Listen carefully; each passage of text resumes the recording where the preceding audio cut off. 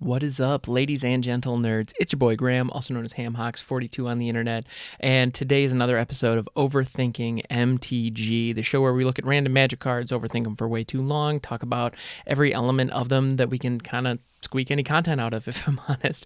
Sometimes it's the art, sometimes it's the flavor, sometimes it's the design, gameplay, etc. So, it has been, spoiler season apparently just never ends, and it is currently, the last couple of days, they have been spoiling quite a bit from Jumpstart, which is a product that is designed for new players, where each booster pack contains 20 cards, and it's designed to be half of a sealed deck. So the idea is you buy two boosters, you smash them together, you get a 40-card deck that is two disparate themes fused together. So you open up one pack of 20 cards and it is fixed. So what is in there is determined already, and it includes basic lands. Basically, it's half a deck. It's everything you need to play a limited deck. And it'll have a certain theme, be that angels or demons or lightning or goblins. I mean, a lot of them are tribal, but not always. And so the idea is you can have a deck that's like half goblins, half demons. All right, or you could actually straight up have an angels and demons deck. Like, that's just cool. Or like lightning dogs, or I don't know. There's all kinds of weird mishmatches that you can do. So you could have like pirates, and I don't think they're ninjas, but yeah, you could have like pirates and zombies, and that could be a thing. Pirate ghosts, exactly. Because why not, right? And it's more or less random. Like, you crack a pack, and that's just what you get. And then you crack another pack, and that's just what you get, and they have to work together somehow. And who knows, you might find really cool, weird synergies, or you might have two really disjointed things going on that could still, I don't know, because in Limited, the power level is really low anyway.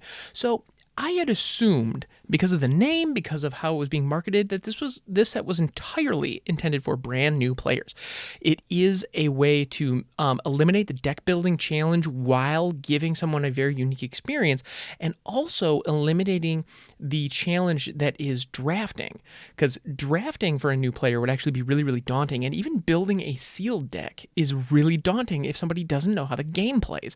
So this is an opportunity to give somebody a sealed, limited environment experience that is going to be unique and special without them having to build a functional deck using their brain, which is really important. It's important that you have a knowledge of the game in order to do that. Deck building is hard. It is. It's my favorite part of the whole freaking game, if I'm honest. But for some people, it's not, and that's okay. And for new players, you just got to learn more before you take that plunge. And so Jumpstart is a lovely way to avoid that. So as you might be able to imagine my surprise as I look through the spoilers for Jumpstart, there are some truly amazing cards, including a lot of really fantastic reprints. So as a veteran player who really enjoys Commander and finds the limited environment intriguing, all of a sudden I'm really interested in getting my hands on some Jumpstart packs, which I wasn't expecting. When it first got announced, I was thinking, okay, this isn't for me. And so that's very, very interesting. And so today, in lieu of the random magic card, I would be remiss if I didn't look at a couple of cards from Jumpstart, talk about them, talk about what inspires me about them, what I find interesting. And in some cases, we're going to be looking at newer cards that I think have some particularly excellent flavor that we haven't seen before.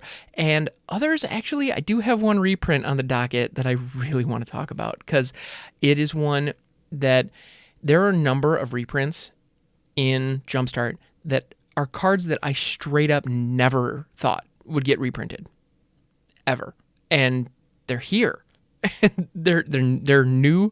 They're going to be new pack fresh versions of these floating around, and so we'll get to that. So the very first card I want to look at is Ormos, Archive Keeper. It is a 5/5 flyer for 6, so 4 generic, blue, flying. If you would draw a card while your library has no cards in it, instead put 5 +1/+1 counters on Ormos, Archive Keeper. Then you could pay 1 blue, discard 3 cards with different names, draw 5 cards. So Ormos is an excellent powered down version of the new Jace. Was it Mind Sculptor? No, that's the old school one. Anyway, no, Jace, the Thassa's Oracle and Laboratory Maniac. Ormos is a lovely powered down version of those. So Thassa's Oracle, Laboratory Maniac, and the most recent Jace all allow you to win the game if you would draw a card off of an empty library. It replaces the you lose the game with the you win the game. Now, Ormos doesn't do that. However, what Ormos does is gives you a way to not lose. So it replaces the you lose the game with put 5+1/+1 counters on Ormos. And actually, that's the interesting part. It doesn't remove the clause that if you draw a card, you lose the game, but it just allows you to skip your draw. So you don't have to draw. You can instead just put counters on this flyer, and it's 5 counters. And so your 5/5 all of a sudden becomes a 10/10. And if you would draw multiple cards, then you could do it multiple times. And so all of a sudden, this thing could get freaking huge, really freaking fast. And so in a lot of situations, that is going to result in you winning the game because you milled yourself out because you don't have a library anymore. But it's not guaranteed. Your opponent can chump block this. Your opponent can't chump block a Thassa's Oracle trigger. They can't. Meanwhile, they can with Ormos. And so it's not a guarantee. They could also remove this at a point before the card draw would occur. And so that would kill you because the library would have to draw out of an empty library. So like those are things, there are ways around this that are unique and kind of fun that I really dig this. I think it's great design. Also, the activated ability, the pay 3 to discard 3 cards with different names and draw 5 cards, you're getting straight up card advantage. The mana cost of 3 is reasonable, but there's this additional restriction that the 3 cards you discard have to have different names. So you can't just have a fistful of islands, chuck them, and draw a fresh hand. You do have to sculpt the hand that you discard, which is an interesting restriction. It gives it just a little extra something. I love the design on Ormos Archive Keeper. I think it is an excellent rare. It is a Sphinx that feels like a Sphinx, and I absolutely adore it. It's a 5/5 for 6 too, so in limited, that's really freaking good. I believe this card is really great. Whether it's going to be great in the limited environment of Jumpstart, I don't know. But I definitely have some commander decks where I want to put this because I feel like it can do really cool things. And the design space is interesting. Not to mention the artwork is gorgeous. No surprise there, of course. Next up, we're going to be looking at Kells Fight Fixer. Now, this is also a monocolor legendary, and in this case, it is an Ozro Warlock, which is an interesting creature type, and it costs 2 generic, black, for a 4/3 with Menace, so stats aren't nothing there. And then, whenever you sacrifice a creature, you may pay Hybrid Dimir, so either a blue or a black. If you do, draw a card. That's just great. A little pay 1, draw a card whenever you sack a creature. Sweet. I'm in black. I'm going to be sacrificing creatures all the time anyway. So yeah, give me some cards. That sounds awesome. And then you can also just pay 1, sacrifice a creature, and Kells Fight Fixer gains indestructible until end of turn. So as long as you have fodder, and as long as you're doing some aristocrat stuff where you're sacrificing your creatures, Kells is going to be getting you a lot of cards and protecting herself. That's freaking awesome. I want to build a commander deck around this so bad you don't even know, because it's just great. And additionally, because that mana cost is hybrid, if you were to build a commander deck, you'd have access to all of Dimir. You have access to blue in the color identity. You're not just limited to black. I feel like that was something that they threw in specifically for commander players. Although, actually, given the nature of Jumpstart, if you crack 2 packs and one of them is black and one of them is blue, then all of a sudden any of your free mana can pay for Kells' ability. So that's kind of cool. Like, that gives it a little extra flexibility. That is really darn useful. And so drawing extra cards whenever you sacrifice creatures is freaking awesome because it's a net neutral on resources. You're losing a creature, but you're gaining a card. Now, in sacrificing the creature, that's the other thing, is you don't have to sacrifice the creature to draw the card.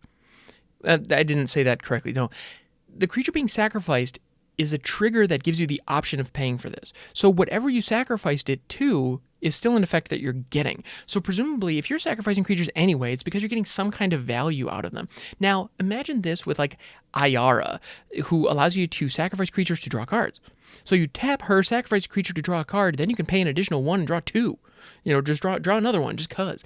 Like, that's great. That just gives you extra value, extra gas in strategies where you're going to be sacrificing stuff. So it's awesome. And flavorfully, Fight Fixer. And, she is kind of leaning back in a chair, idly playing with some coins in her hand. So she's clearly, clearly a bookie or clearly, somebody who is overseeing some questionable gambling. I love the flavor because whenever you sacrifice a creature, whenever a creature takes a dive, you get paid by drawing a card. I think it's fantastic. Flavorfully, it's great. The ability is here. The flexibility is here. There are all kinds of options. I think Kells Fight Fixture is absolutely fantastic. Now, going on to another black legendary, we have Tiny Bones, Trinket Thief. This little guy is fantastic in a lot of different ways. So it is a 1/2 skeleton rogue for 1 and a black. At the beginning of each end step, if an opponent discarded a card this turn, you draw a card and lose 1 life. So it's a Phyrexian arena. It's a Phyrexian arena on a tiny, adorable body as long as people are discarding cards. Now, that counts cycling. That counts any ability that you have to leverage to force your opponent to discard cards. And there are a lot out there. So that's not hard to do. The other thing that's really great about this, especially in Commander, that's where I think Tiny Bones is really going to shine. Because people are drawing cards like it's going out of style. They're doing that there all the freaking time. And so it is not hard to have a hand to interact with. Now, if you're running primarily discard strategies in a 60-card format, it is very disruptive early, but later in the game, it can really run out of gas.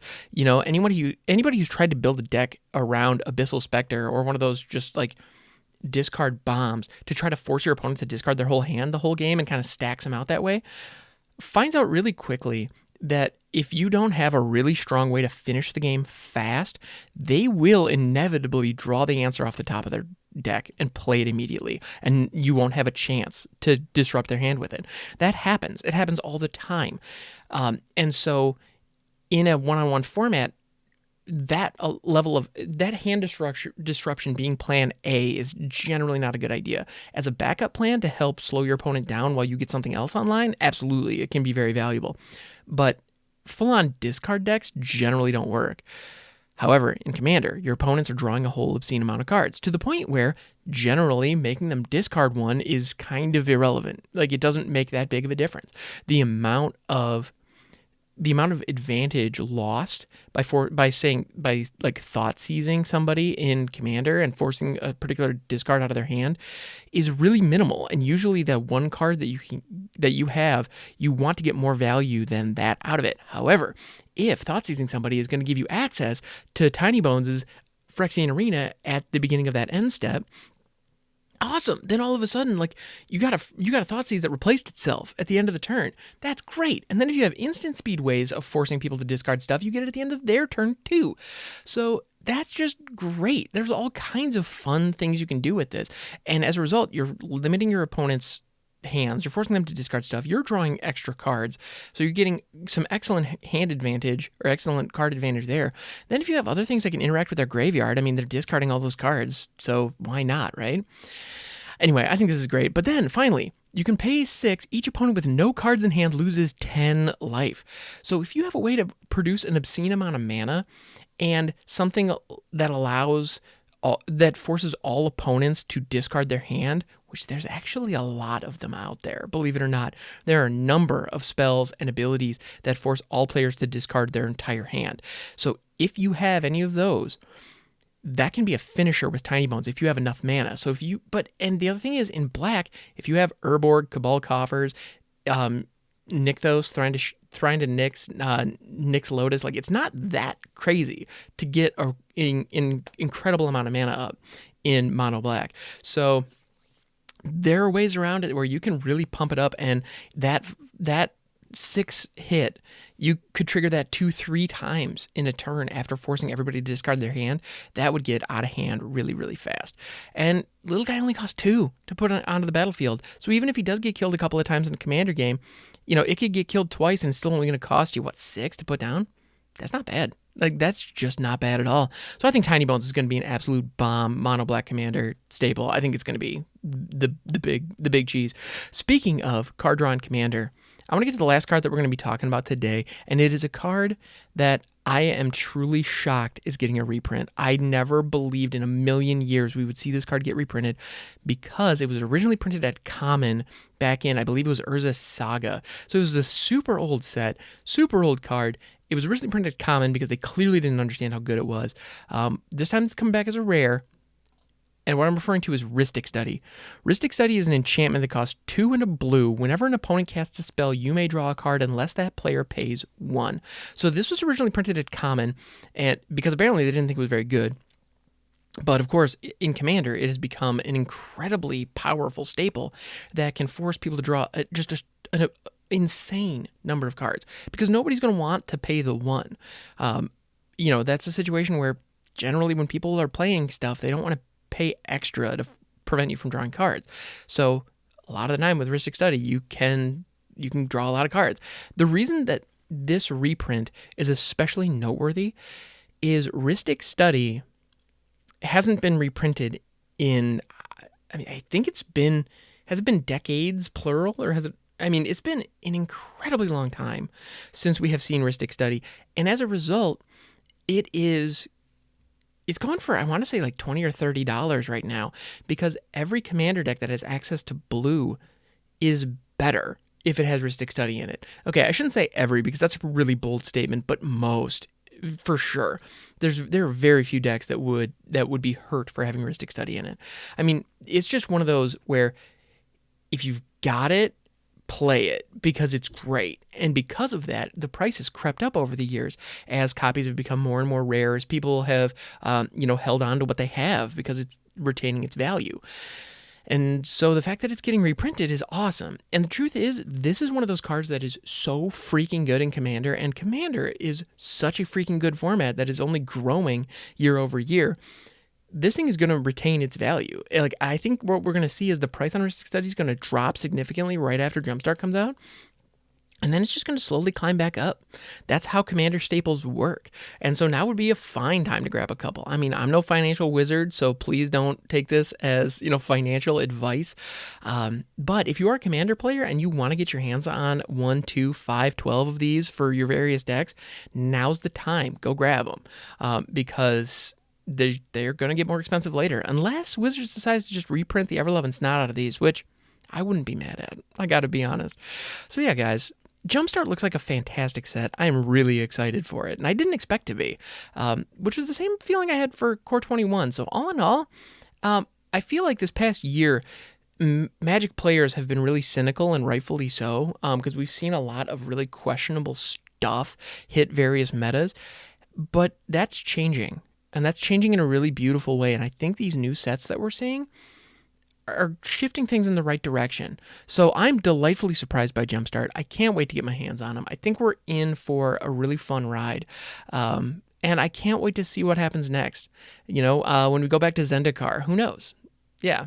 But I'll definitely be here talking about it. So thank you so much for hanging out, everybody. This has been truly a delight. You can catch me on my live stream, twitch.tv/hamhocks42. Or you can also check me out,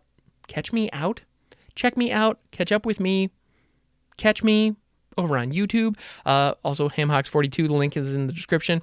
Thank you so much for hanging out, and I will catch you guys next time.